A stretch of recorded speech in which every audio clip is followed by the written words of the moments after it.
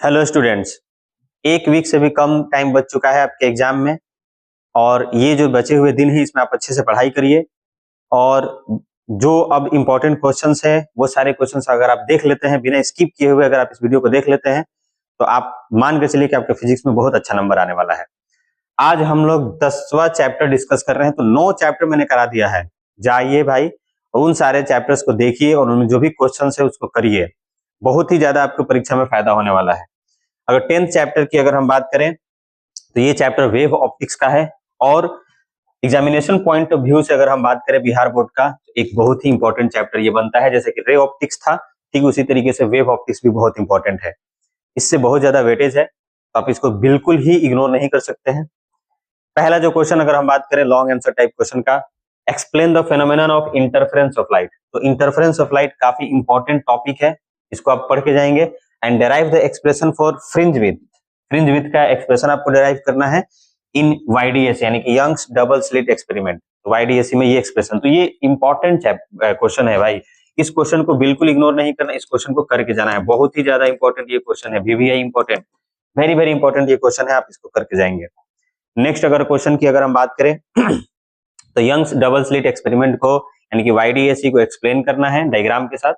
And obtain the condition for constructive and destructive interference. दो type का जो interference होता है, कंस्ट्रक्टिव और डिस्ट्रक्टिव, इसको भी आपको करके जाने होंगे। नेक्स्ट अगर हम बात करें explain the phenomenon of diffraction of light. Diffraction of light भी इंपॉर्टेंट टॉपिक है। वीडियो के एंड में मैं आपको ये भी बता दूंगा कि कौन कौन से टॉपिक आपको अभी पढ़ के जाने हैं। सो डिफ्रैक्शन ऑफ लाइट आप करिए। Describe diffraction due to a single slit and derive the condition for minima. Minima और यहाँ पे आप ये भी लिख लेना मैक्सिमम, दोनों को आप देख लेना। बस एंड में आपका थोड़ा सा फर्क रहेगा तो आप कर सकते हैं। तो देखिए बहुत बार इस क्वेश्चन को पूछा गया है 2018, 21, 24। नेक्स्ट अगर हम बात करें लॉन्ग आंसर टाइप क्वेश्चन की, तो what is polarization. Favourite topic है भाई बिहार बोर्ड का polarization. Explain polarization of light by reflection यानी कि ब्रेवस्टर्स लॉ। देखिए इसको हम स्टार डालेंगे, इस क्वेश्चन को तो बिल्कुल ही करके जाना है, आपको छोड़ना नहीं है। बहुत बहुत ज्यादा इंपॉर्टेंट है ये क्वेश्चन, करके जाना है इसको।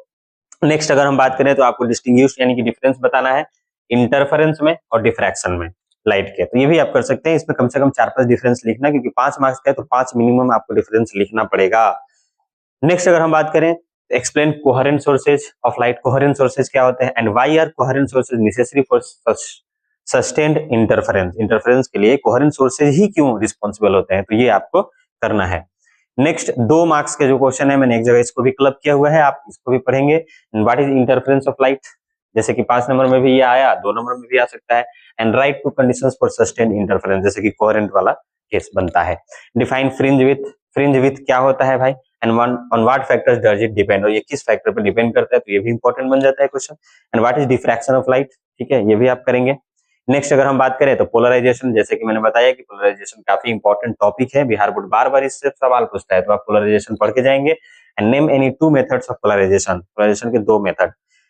डिफाइन ब्रेवस्टर्स एंगल, ठीक है, and write its relation. And what are coherent sources. Coherent sources क्या है, तो ये सारे क्वेश्चंस बहुत इंपॉर्टेंट है, आप इसको करके जाएंगे। नाउ मोस्ट इंपॉर्टेंट कि भाई जितने भी दिन बचे हुए हैं सर, इसमें हम कौन से टॉपिक्स को रिवाइज करें, कौन से टॉपिक्स को हम बार बार पढ़ें, मल्टीपल रिवीजन जो करें। अब तो आपको मल्टीपल रिवीजन ही करने हैं जितने दिन बचे हुए, और वो भी सिलेक्टेड टॉपिक्स का मल्टीपल रिवीजन करना है।